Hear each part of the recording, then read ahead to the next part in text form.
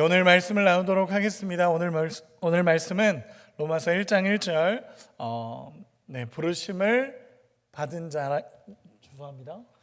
부르심을 따라 걷는 삶입니다. 제 앞이 안 보여서 잘 부르심을 따라 걷는 삶에 대해서 오늘 말씀을 같이 나누고 싶습니다. 여러분, 이렇게 한번 먼저 물어보고 싶습니다.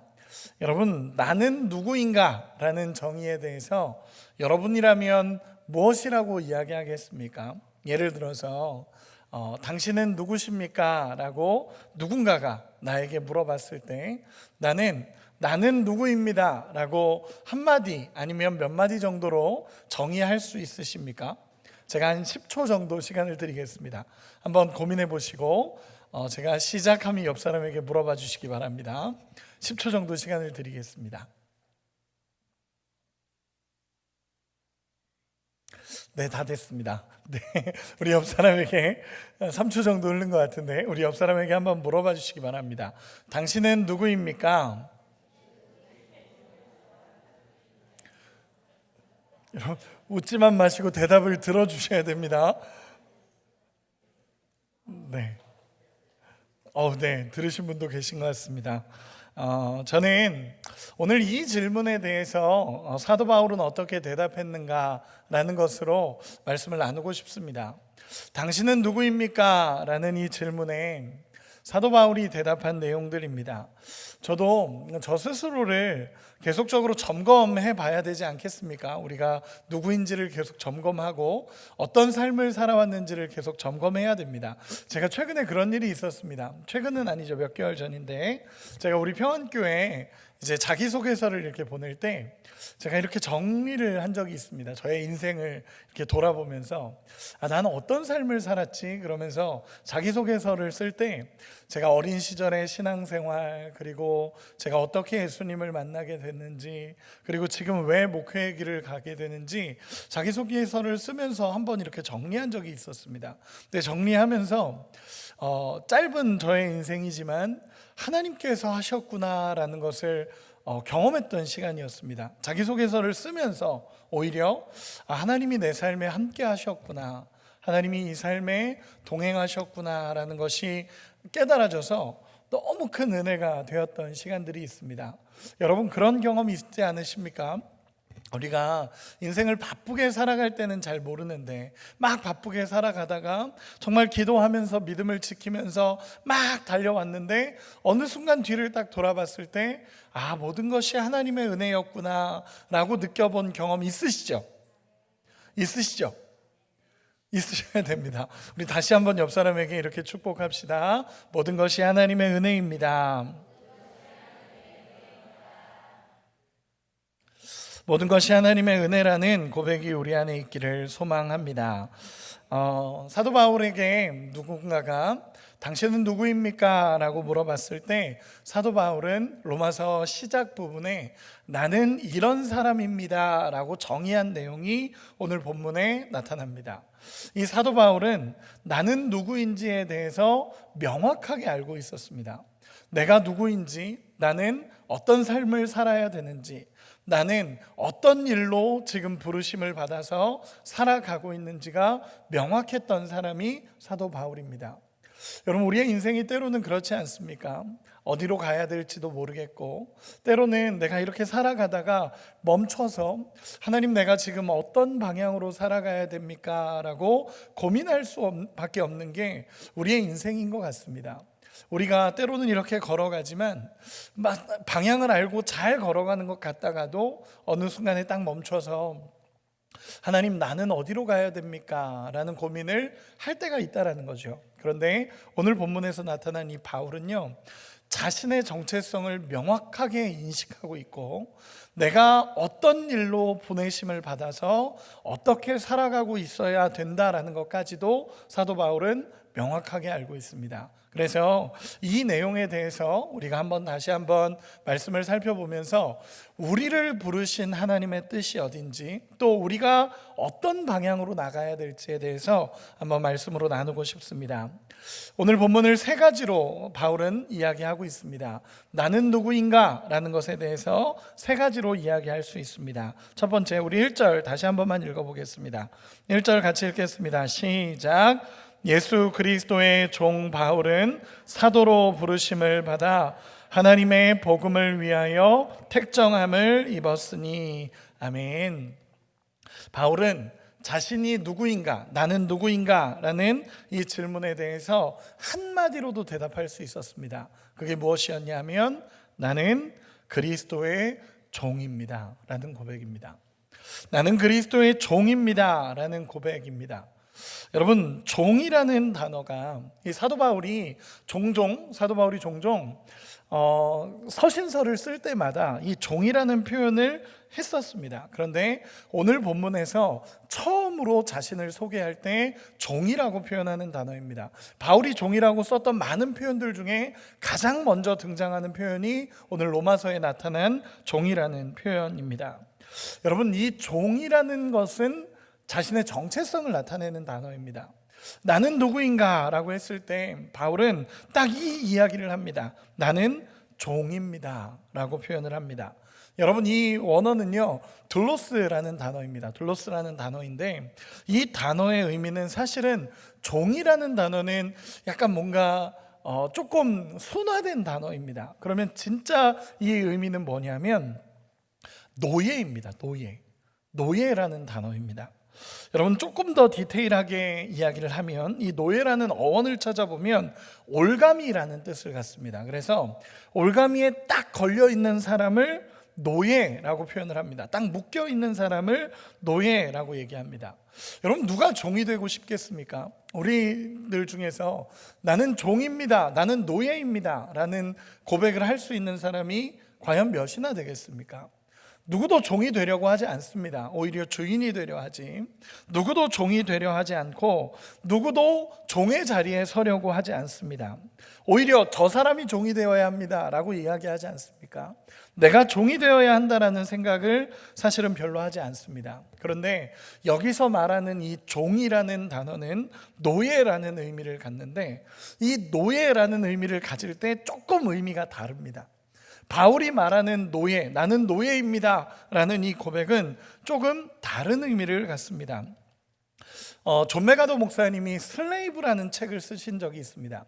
존 메가더 목사님이 슬레이브라는 책을 쓰신 적이 있는데 그 책에서 성경에 잃어버린 단어들을 찾아갈 때 이 종이라는 어원에 대해서 이야기를 하신 적이 있습니다. 우리가 종이라고만 이야기하면 꼭 묶여서 꼭 겁박당해서 완전히 아무것도 못하는 사람을 종이라고 표현을 합니다. 우리는 그렇게 이야기를 합니다. 그리고 그런 정체성을 가진 사람은 늘 묶여있는 채로 살아갑니다. 그런데 여기에서 사도 바울이 말하는 종이라는 개념에 대해서 우리 한 번만 살펴보고 싶습니다. 신명기 15장 12절부터 보도록 하겠습니다. 띄워주시면 같이 읽도록 하겠습니다.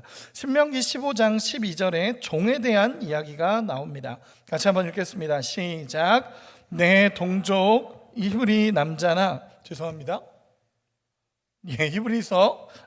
신명기 15장 12절입니다. 신명기 15장 12절.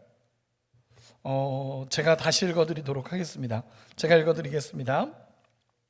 내 동족 히브리 남자나 히브리 여자가 내게 팔렸다 하자. 만일 6해 동안 너를 섬겼거든 7째 해에 너는 그를 놓아 자유하게 할 것이요 그를 놓아 자유하게 할 때에는 빈손으로 가게 하지 말고 내 양무리 중에서 타작마당에서와 포도주 틀에서 그에게 후히 줄지니 곧 내 하나님 여호와께서 내게 복을 주신 대로 그에게 줄지니라. 너는 애굽 땅에서 종되었던 것과 내 하나님 여호와께서 너를 속량하셨음을 기억하라. 그것으로 말미암아 내가 오늘 이같이 내게 명령하노라. 종이 만일 너와 내 집을 사랑함으로 너와 동거하기를 좋게 여겨 내게 향하여 내가 주인을 떠나지 아니하겠노라 하거든 송곳을 가져다가 그의 귀에 귀를 문에 대고 뚫으라. 그리하면 그가 영구히 내 종이 되리라. 내 여종에게도 그같이 할지니라. 아멘. 여러분, 이 내용이 어떤 내용이냐면요, 쉽게 얘기해서 이렇게 표현해 보겠습니다. 바울이 나는 종입니다 라고 표현을 했습니다. 나는 종입니다, 나는 노예입니다 라고 표현을 했는데, 이 표현은요 그냥 묶여서 그렇게만 살아가는 노예가 아니라 신명기 15장 12절에 나타난 이 단어는, 여기서 나타난 종이라는 개념은 이런 개념입니다. 그 종을 주인이 사가지고 옵니다. 종을 주인이 사가지고 와서 이 종을 6년 동안, 6해 동안 데리고 있습니다. 그리고 많이 시키죠. 막 시키고 하고 그 종을 이렇게 종의 역할로서 부리게 됩니다. 그러면서 이 종이 6년 동안을 정말로 고생하면서 그 종의 역할을 합니다. 그리고 7년째가 되면 그 종을 풀어주라고 얘기합니다. 그 종을 풀어줘라. 왜냐하면 하나님의 은혜이기 때문에 종을 이제 6년 동안 종으로 세웠다면 7년째는 풀어줘라 라는 게 이 신명기에 나타난 법입니다. 그런데 여기서 중요한 부분이 나옵니다. 그게 뭐냐면 이 종이 6년 동안 내가 이 주인을 섬겨놓고 7년째 되는 해에 자유를 얻게 되는데, 이 종이 주인을 사랑해서 여전히 주인과 함께 하기를 원하는 종의 모습이 나타납니다. 6해 동안 그렇게 주인을 섬겼는데도 불구하고 7년째 자유를 얻을 수 있는데, 이 7년째에 다시 결정을 하는 겁니다. 나는 주인을 사랑함으로 내가 종이 되겠습니다 라고 결단을 하면 그 종을 데려다가 귀에 송곳으로 귀를 뚫으라. 그러면 이 종은 자유한 종이 되리라 라는 것입니다. 여러분, 이 개념이 이해가 되십니까? 바울이 말하는 종의 개념은요, 학대당하고 괴롭힘만 당하고 무너져서 하기 싫은 일을 억지로 하는 노예의 개념이 아닙니다. 억지로 내가 하기 싫은데, 내가 정말 하기 싫은데 주인이 하라 그러니까 어쩔 수 없이 하는 종의 개념이 아니라 이 신명기 15장에 나타난 이 개념입니다. 내가 주인을 사랑해서 나 스스로 그분의 종이 된 자유한 노예를 의미합니다. 이 노예는요, 이 주인을 사랑하고 주인을 존경하고 주인이 너무 좋아서 자유롭게 살아갈 수 있지만 주인에게 매여서 주인과 함께 살아가는 것을 더 행복해하며 여전히 종의 자세로 살아가는 사람을 자유한 노예라고 표현을 합니다. 노예가 주인에게 가서 떠나지 않으려고 하고 주인을 사랑하고 주인을 존경하기 때문에 그 주인을 온전하게 따라가서 스스로 종이 된 사람을 의미하는 단어가 이 단어입니다. 그래서 바울은 이런 고백을 하는 것입니다. 자신이 헌신하고 자신이 끝까지 고통당하면서도 이 복음을 전하고 이 바울이 하는 모든 행동은 율법이 아니라 하나님을 사랑하고 예수님을 사랑해서 사랑의 메인 노예로서 살아간다는 것입니다. 여러분, 우리가 살아가는 신앙생활이 이렇습니다. 내가 그 율법 안에서 노예로 살아가는 자가 아니라 율법에 잡혀서 그 율법 때문에 내가 하기 싫은 일을 억지로 하는 노예가 아니라 내가 예수님을 사랑해서 스스로 메인 노예가 되었다라는 것이 이 바울의 고백이라는 것입니다. 삭 때문에 일하는 노예도 아니고 그리스도를 사랑해서 하는 노예의 모습입니다. 여러분, 이 바울의 고백이 이건 겁니다. 나는 억지로 하는 것도 아니고 내가 구원받았는데 내가 구원받았으니까 그 빛을 갚기 위해서, 내가 구원의 빛을 갚기 위해서 내가 무조건 노예로 살겠다, 이것도 아닙니다. 그 은혜가 너무 크고 그 사랑이 너무 커서 내가 스스로 예수님께 매인 그리스도의 노예라는 고백입니다. 예전에 제가 김성곤 목사님을 인터뷰한 적이 있었습니다. 김성곤 목사님 학교 수업 중에 그 수업이 있었습니다. 제자훈련의 이론과 실제라는 수업이 있었는데, 그 제자훈련의 이론과 실제라는 수업에서 제자훈련을 잘하는 교회들을 찾아가서 그 목사님께 인터뷰를 하고, 이제 인터뷰를 하고 마지막 질문을 던지는데 그게 무엇이었냐면, 당신은 제자란 무엇이라고 생각하십니까? 라는 질문이었습니다. 제자란 무엇입니까? 라는 당신의 의견을 듣고 싶습니다. 그래서 많은 목사님들을 찾아갔었습니다. 당시 유명한 목사님들 찾아갔고, 제자훈련 잘한다는 교회도 다 찾아갔었습니다. 그리고 여기 이제 김성곤 목사님도 찾아갔었습니다. 근데 김성곤 목사님 저희 팀에서 같이 갔었는데, 팀에서 부산에 도착을 했는데 목사님이 병원에 계신다는 겁니다. 도착을 했는데 인터뷰를 하기로 하고, 거기 이제 그 교회 비서와 통화를 하고 나서 도착을 했는데 그 날짜에 마침 목사님이 병원에 입원하셨다는 겁니다. 그래서 우리가 돌아가야 되는가라고 생각을 하다가 다시 연락을 했더니 목사님께서 병원으로 잠깐 올 수 있냐고, 병원에서라도 인터뷰가 필요하다면 화면을 찍는 건 아니지만 녹음하고 인터뷰하는 건 가능하다라고 하셔서 김성곤 목사님을 찾아서 병원에 간 적이 있었습니다. 그리고 나서 인터뷰를 했는데 너무 은혜가 됐었습니다. 그분이 살아온 삶과 그분이 살아온 사역들, 이런 것들이 너무 은혜가 돼서 인터뷰를 하다가 마지막에 저희의 공식 질문을 던졌습니다. 그 공식 질문이 뭐였냐면, 당신은 제자가 무엇이라고 생각하십니까? 제자가 무엇이라고 생각하십니까? 라는 질문을 던졌습니다. 그랬더니 김성훈 목사님이 분명히 그 질문을 미리 드렸거든요. 미리 드렸는데 목사님이 뭔가를 얘기하시려고 하다가 멈추시더라고요. 뭔가를 얘기하시려고 하다가 멈추셔서 한참을 고민하셨습니다. 그 녹음기를 보니까 6분인가 7분을 고민하셨습니다. 거기서 이렇게 모두가 긴장하고 있었던 거죠. 근데 긴장하고 있다가 마지막에 그 목사님이, 내가 생각하는 제자는 종입니다 라고 표현하셨습니다. 종입니다. 예수께서 말씀하신 대로 움직이고 예수께서 말씀하신 대로 따라가는 그리스도의 종입니다. 저는 그 말씀이 참 잊혀지지 않았던 한마디였습니다. 여러분, 제자가 무엇이라고 생각합니까? 우리는 그리스도의 제자가 되기 위해서 훈련받고 계시지 않습니까? 제자 훈련도 받고요, 우리가 그리스도의 제자가 되기 위해서 몸부림치면서 하나님 앞에 살아갑니다. 그러면 우리는 정의해야 되는 한 가지가 있습니다. 제자가 무엇입니까? 라는 것입니다. 제자가 무엇입니까? 그 목사님의 말은 제자는 종입니다 라고 고백했습니다.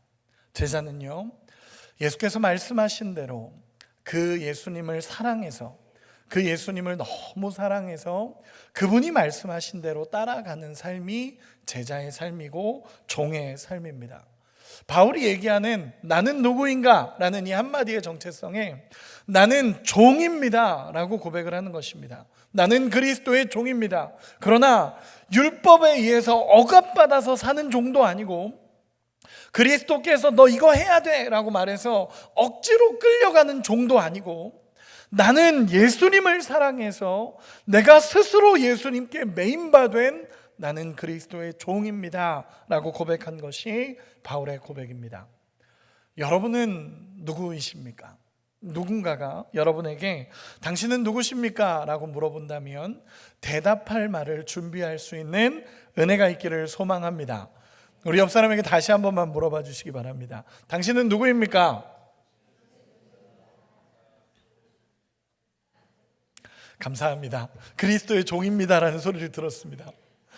감사합니다. 두 번째, 그리스도의 종이라는 고백과 함께 바울이 무엇이라고 고백하냐면 1절에 예수 그리스도의 종 바울은 사도로 부르심을 받아 라고 표현합니다. 사도다 라고 표현을 합니다. 나는 사도입니다 라고 두 번째 정의를 내립니다. 여러분, 오해하지 말아야 될 것이, 지금 우리 기독교 목회자들은 사도도 아니고 사도적 계승자도 아닙니다. 우리가 이거를 잘 이해해야 됩니다. 우리는 사도가 아닙니다. 저희 목회자들은 사도입니까? 사도 아닙니다. 사도적 계승자도 아닙니다. 그 당시 기독교 2000년 역사에서 사도라는 개념은 그 시대, 초대교회 시대가 유일합니다. 그래서 잘 이해하셔야 됩니다. 성경에서 사도라고 말하면요, 중요한 세 가지가 있습니다. 사도라고 말할 때 중요한 세 가지가 있는데 그게 무엇이냐면, 첫째, 예수님께 직접 가르침을 받아야 했습니다. 둘째, 예수님의 부활을 목격해야 했습니다. 셋째, 예수님을 통해서 직접 보내심을 받아야 했습니다. 이 세 가지 조건이 충족돼야 사도라고 얘기를 했습니다. 이 12제자는 그게 가능했죠. 왜냐하면 예수님의 직접 가르침을 받았고, 예수님의 부활을 목격했고, 예수님을 통해서 보내심을 받았습니다. 그렇기 때문에 이 예수님의 12제자들은 완벽하게 사도가 맞습니다. 예수님의 사도가 맞습니다. 그러면 물어보고 싶습니다. 바울은요? 바울은 사도입니까? 여러분, 기준이 이렇게 됩니다. 이 공격을 바울이 죽을 때까지 받았습니다. 바울이 이 공격을 계속 받았습니다. 당신이 어떻게 사도입니까?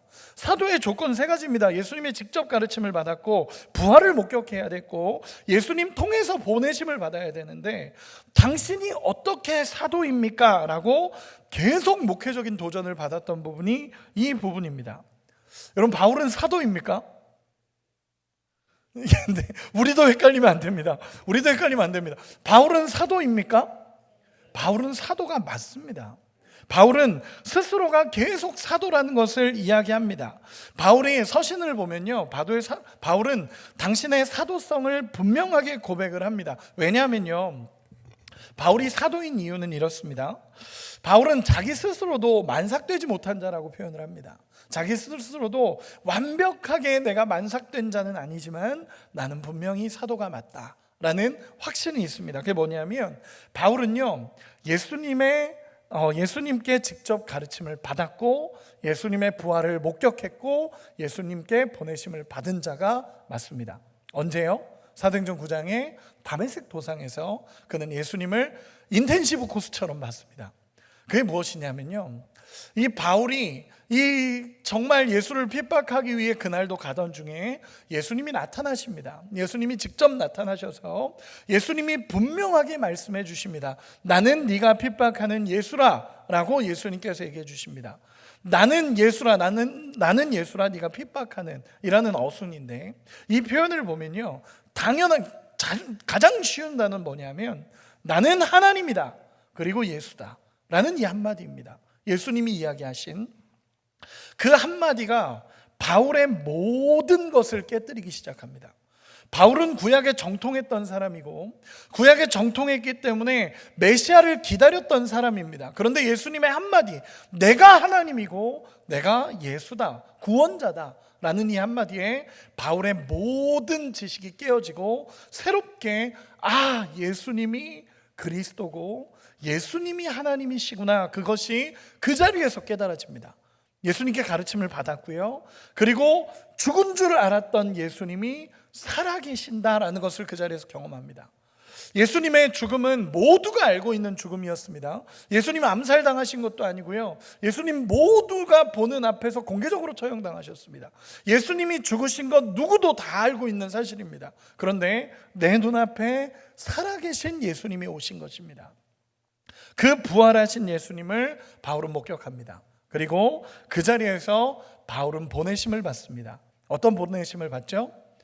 이방인의 사도로서 내가 택한 나의 그릇이다 라고 예수님께서 말씀하십니다. 그러면서 보내심을 받은 자입니다. 바울은 그렇게 자신의 정체성을 분명하게 이야기합니다. 나는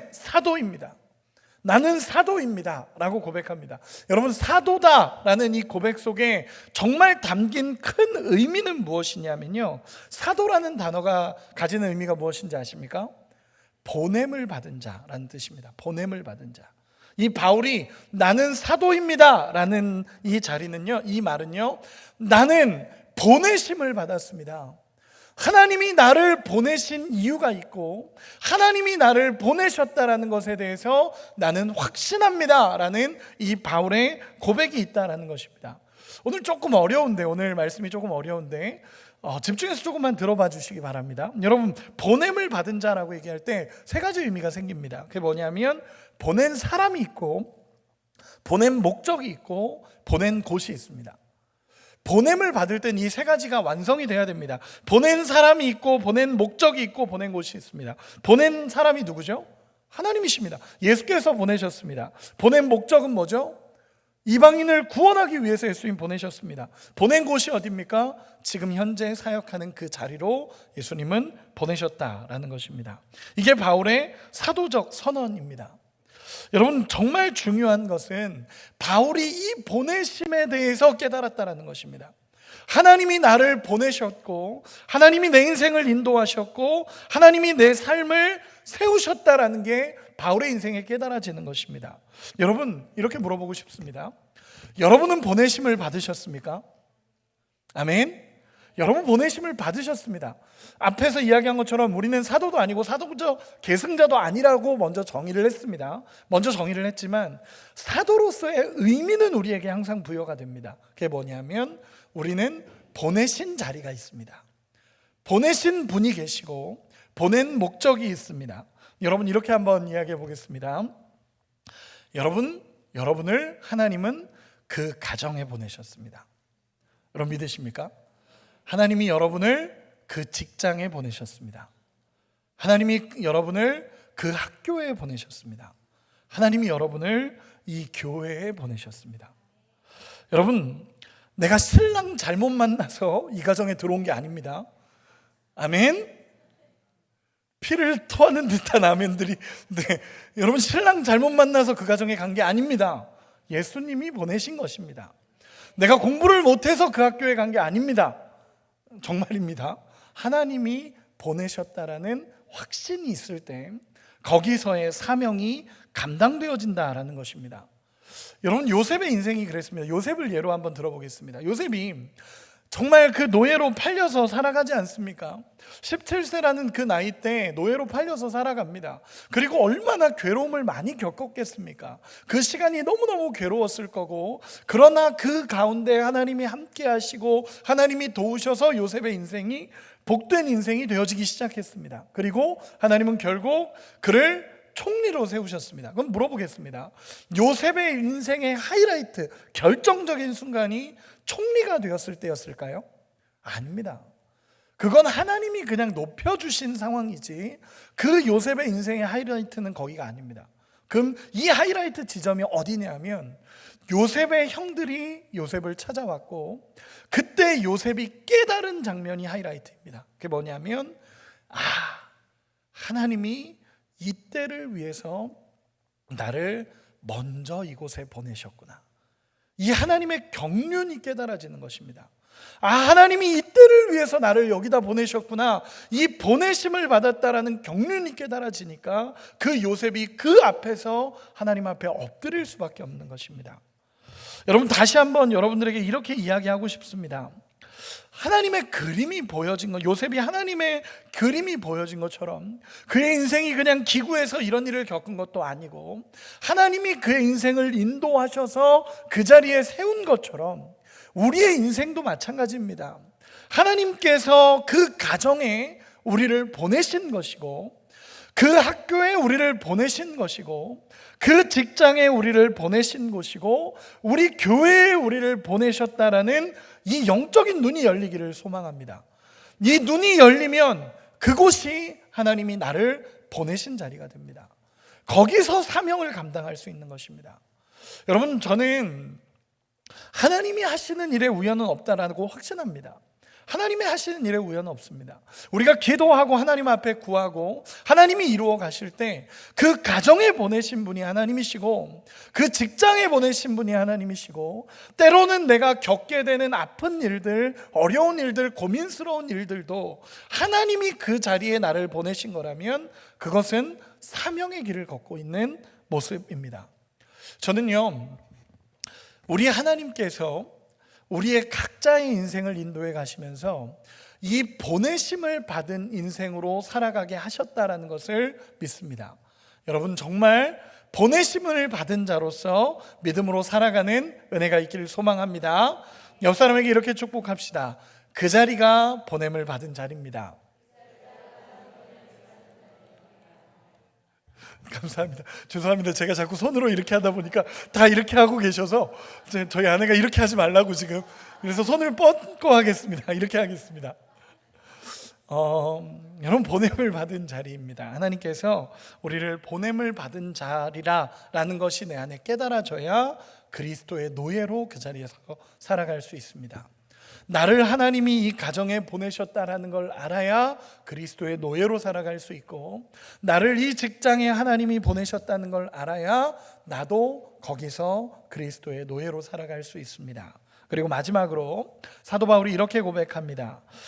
예수 그리스도의 종 바울은 사도로 부르심을 받아 하나님의 복음을 위하여 택정함을 입었으니 라고 고백합니다. 바울이 이제는 정확한 목적, 무엇을 위해 부르심을 받았는가 라고 했을 때 복음을 위하여 택정함을 받았다라고 선언합니다. 그것도 앞에 이렇게 붙습니다. 하나님의 복음을 위하여 택정함을 입었다라고 표현합니다. 여러분, 복음이라는 단어가 유앙겔리온이라는 단어를 사용합니다. 유앙겔리온이라는 단어를 사용하는데 이 단어는요, 기쁜 소식을 의미합니다. 기쁜 소식. 유앙겔리온이라고 얘기하면 기쁜 소식이다 라는 표현입니다. 근데 이 유앙겔리온이라는 단어가 가지는 기쁜 소식이라는 표현은 그 당시에 일반적으로 쓰였던 단어입니다. 이 특별한 복음에 대해서 이야기한 게 아니라 일반적으로 로마 황제가 썼던 단어가 유앙겔리온이라는 단어입니다. 로마 황제가 썼던 유앙겔리온이라는 단어는 로마의 통치 안에 있는 게 기쁜 소식이다 라고 표현을 한 겁니다. 그리고 로마의 황제의 아들이 태어났을 때 유앙겔리온이라고 표현했습니다. 우리 정말 기쁜 소식이다, 로마의 황제의 아들이 태어났다 라고 할 때 유앙겔리온이라는 단어를 썼습니다. 그래서 여러분, 그 당시 가지고 있었던 이 유앙겔리온이라는 단어는요, 굉장히 편협한 복음이었습니다. 무엇이냐면 로마 그 황제 안에는 기쁜 소식이지만 로마의 지배를 받는 이들에게는 그건 기쁜 소식이 아니었습니다. 그렇죠? 왜냐하면 이 로마 황제의 아들이 태어난 게 이 피지배국인 그들에게는 무엇이 그게 기쁜 소식이었겠습니까? 그런데 이 단어를 바울은 가져와서 뭐라 그러냐면 하나님의 복음이다 라고 표현합니다. 하나님의 유앙겔리온. 하나님의 유앙겔리온이라는 건 뭐냐면 모든 자에게 기쁜 소식이라는 것입니다. 모든 자에게 기쁜 소식. 남자든 여자든 상관없고, 로마인이든 로마인이 아니든 상관없고, 가난한 자든 부자든 상관없고, 연약한 자든 강한 자든 상관없이 모두에게 중요한, 모두를 기쁘게 하는 소식이다 라고 합니다. 그 기쁜 소식이 뭐죠? 예수님이십니다. 예수님이십니다. 예수께서 이 땅에 오셨다라는 것이 모든 자에게 속한 복음이다 라고 표현을 하는 것입니다.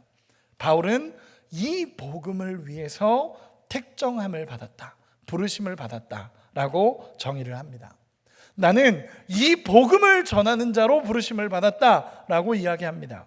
여러분, 이 복음을 전하는 자로 부르심을 받았다라는 것은요, 사명입니다. 사명. 보내신 곳이 있으면서 동시에 나의 사명은 예수를 전하는 자다라는 것이 그에게 분명한 것입니다. 여러분, 바울은 이 세 가지로 정의를 합니다. 첫째는 뭐냐면 나는 그리스도의 종입니다.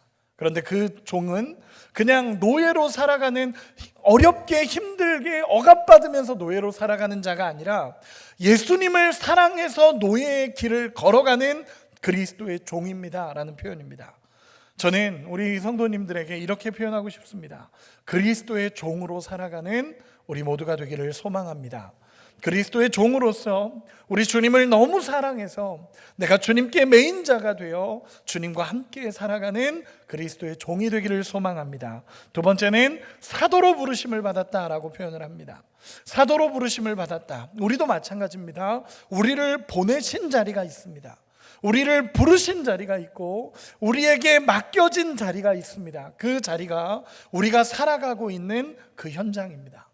우리가 살아가고 있는 그 현장이고, 우리가 살아가고 있는 교회고, 우리가 살아가고 있는 그 가정에 예수님은 우리를 보내셨습니다. 그 보내심에 대한 확신이 있어야 그리스도의 종으로 살아갈 수 있습니다. 그리고 마지막 세 번째, 나는 복음을 위해서 택정함을 받았다 라고 고백합니다. 여러분, 우리 중에 복음을 위해서 택정함을 입지 않은 사람은 없습니다. 없습니다. 예수님은 모든 자에게 동일한 명령을 우리에게 주셨습니다. 그 명령은요, 예수 그리스도를 전하라라는 명령입니다. 간단하게 이렇게 한 번만 정의해 보겠습니다. 우리는 비전이 있고 사명이 있고 역할이 있습니다. 비전, 사명, 역할이라는 것이 있는데, 죄송합니다. 오늘 조금 어렵게 가는데 이해해 주시기 바랍니다. 비전, 사명, 역할이라는 게 있습니다. 여러분, 비전이라는 단어는 하나님의 것입니다. 사실 우리가 나는 비전을 가졌습니다 라고 표현하지만, 사실 이 비전이라는 단어는 하나님에게 가장 어울리는 단어입니다. 하나님의 비전이 있었습니다. 하나님의 비전이 뭔지 아십니까? 온 땅이 예수님 안에 거하며 하나님을 예배하고 하나님을 찬양하는 것. 이 비전은 태초에 하나님이 천지를 창조하셨을 때도, 예수님이 이 땅을 떠나실 때도 동일한 본문입니다. 동일했습니다. 너희는 가서 모든 족속으로 제자를 삼으라는 이 명령은요, 하나님의 비전, 온 땅이 예수께 돌아오기를 원하는 하나님의 비전이 있습니다. 사명이란 단어는 뭐냐면, 비전이란 단어는 하나님의 비전, 사명이란 단어는 우리에게 동일하게 모두에게 주어진 단어입니다. 무엇이죠? 예수님을 전하라. 그 일을 통해 하나님의 비전을 이루어가는 것입니다. 사명을 통해 하나님의 비전을 이루어가는 것입니다. 그럼 역할이라는 단어가 있습니다. 이 역할이란 단어는요, 우리의 직업과 우리가 살아가는 모든 현장에서 내가 가지는 포지션입니다. 이 세 가지 단어의 연계성을 잘 이해하시기 바랍니다. 비전은 하나님의 것입니다. 사명은 우리에게 주어진 것입니다. 역할은 그 사명을 감당하기 위한 역할입니다. 우리를 예를 들어서 학교 선생님으로 부르셨다면 그 선생님이라는 직업을 통해 사명을 이뤄가는 것입니다. 하나님이 나를 학교에 부르셨다 그러면 그 학교에서의 일을 통해 나는 사명을 이뤄가며 궁극적으로 하나님의 비전을 이뤄가는 것입니다. 여러분, 바울은 이 확신이 있었습니다. 나는 복음을 전하는 자다라는 이 확신이 있었습니다. 여러분들에게 이렇게 이야기하고 싶습니다. 여러분의 정체성은 무엇입니까?